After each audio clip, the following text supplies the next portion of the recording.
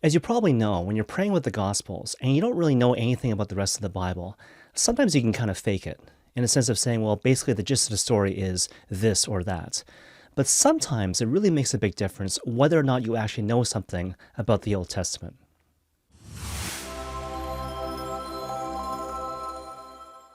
Case in point, there's this really great story in the Gospel of Matthew, chapter 22, where this lawyer goes up to Jesus and says to him, "Teacher, which commandment is the greatest?" Now, right away, you need to appreciate that when the lawyer asks the Lord this particular question, he's not asking him so much which is the greatest commandment of the 10 commandments handed down to the prophet Moses at Mount Sinai. Rather, what he's asking him is which is the greatest commandment of the 613 commandments found in the Torah, the Pentateuch, the first 5 books of the Bible, everything from Genesis through Deuteronomy.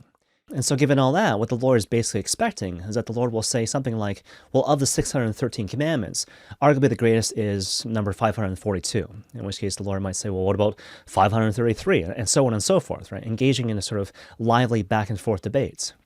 But instead of answering in the way that the Lord might expect, the Lord sort of goes off the reservation and quotes this thing called the Shema, which is generally held to be the great summary of Israelite religion and is found in the book of Deuteronomy chapter 6. And the Shema basically goes like this: "Hear, O Israel, the Lord your God is one, and you shall love the Lord your God with all your hearts, all your soul, all your strength, and all your mind." Okay, now the thing I want you to notice here is that when the Lord quotes the Shema, he could have led by saying something like, "Thus saith the Lord," or "This is the first and greatest commandment," as if he's introducing sort of an abstract quotation from antiquity. But rather what he does is he begins by saying, "You must love the Lord your God with all your hearts, all your soul, and all your mind." And then only after that does he say, "This is the first and greatest commandment." Okay, now the thing I want to impress upon you is that this is a very subtle but important point. Because basically what the Lord is doing here, he's basically shifting things away from the purely intellectual and the abstract and moving things more towards something which is more concrete and practical and even personal. In other words, while the scribes and the Pharisees, and certainly this lawyer himself, are perfectly content to bicker and squabble as to which commandment in the great tradition is in fact the greatest, the Lord cuts through all of that, picks out one person from the crowd, again, the single lawyer, and says unto him intimately and personally, "You must love." And so in a certain sense, what the Lord is basically saying to this guy is, look, you say that you're a lawyer, which implies that you're an expert of the law. You're also calling me a teacher, which implies that you're open to learning, and learning from me, no less, who's supposed to be your rabbi. And yet, here you are trying to trick me. You're trying to belittle me. You're trying to embarrass me. Which implies that despite all your great learning, despite your supposed brilliance, you are missing the whole point of religion. Because if you think about it, what's the whole point of religion? Well, the very word religion itself means to bind back to, which suggests that the very point of religion is to bind ourselves back into the Lord our God, such that we ourselves might become persons of love, in imitation of the one who is love itself. And the reason why we know this is what the Lord is ultimately getting at is because of the particular wording of the exhortation. And so again, what he says to us is, you must love the Lord your God with all your heart, all your soul, and all your mind. Because if you think about it, what's the heart? The heart is not simply the center of our feelings and emotions, but rather the very center of the human person itself. What's the soul? The soul is the spiritual principle of the human person, which is destined to return back into the Lord our God. And what's the mind? The mind is the intellectual faculty of the human person, which allows us to make good choices in accordance with God's truth and our eternal destiny in Christ. And of course, the net effect of all these different aspects of the Lord's command is to emphasize that what's ultimately being demanded of us here is the entirety of the human person. In any case, as you might recall in the context of the gospel, the Lord actually takes things one step further. And so after clarifying the preeminent importance of loving God above all things, he goes on to quote Leviticus chapter 19 by saying that we are called to love our neighbor as ourselves. But you see, in doing so, the Lord actually deviates from the original quotes.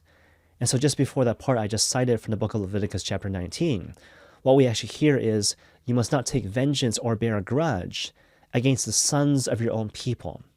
Thereby suggesting that in the imagination of the people of the Old Testament, your neighbor was basically someone who was a member of your own people.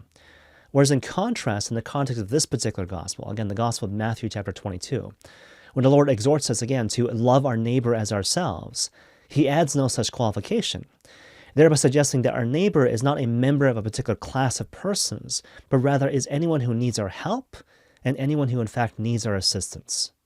Okay, now if we pull all this stuff together, one might argue that within this particular structure we've created, there's sort of an inherent contradiction. And so from this perspective, the whole idea is this.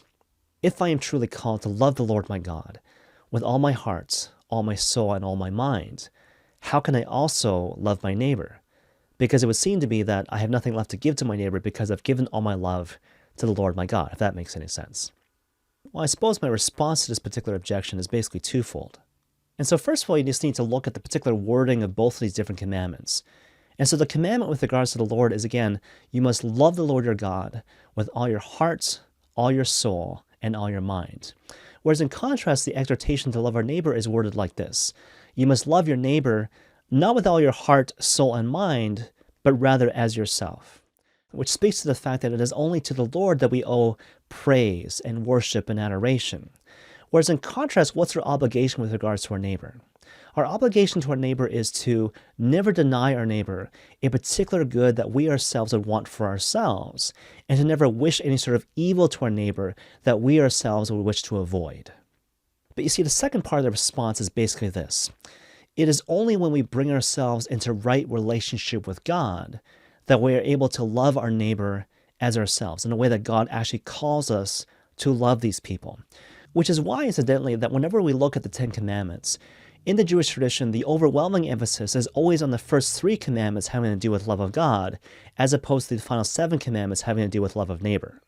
Because the whole idea is that it is only when I come to put God first in all things, when I come to honor him both in my words and in my deeds, and when I learn to protect and keep holy the Sabbath day, again in accordance with the first 3 commandments, that I am able to love my neighbor as myself, in accordance with the final 7 commandments.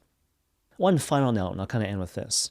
So at the very end of the gospel, the Lord ends by saying, on these 2 great commandments, the exhortation to love God above all things, and the corresponding commandment to love our neighbor as ourselves, hang all the law and the prophets, as if to suggest that we must never lose sight of the forest from the trees, in a sense of getting so lost in the minutiae of philosophical and theological distinctions and debates that we lose sight of the primacy of love. And perhaps more to the point, the fact that we can only become persons of love, persons of authentic love and Christian charity, if we graft ourselves into the person of Christ, the one whom we are called to love with all our hearts, all our soul, and all our mind. And may God bless you all.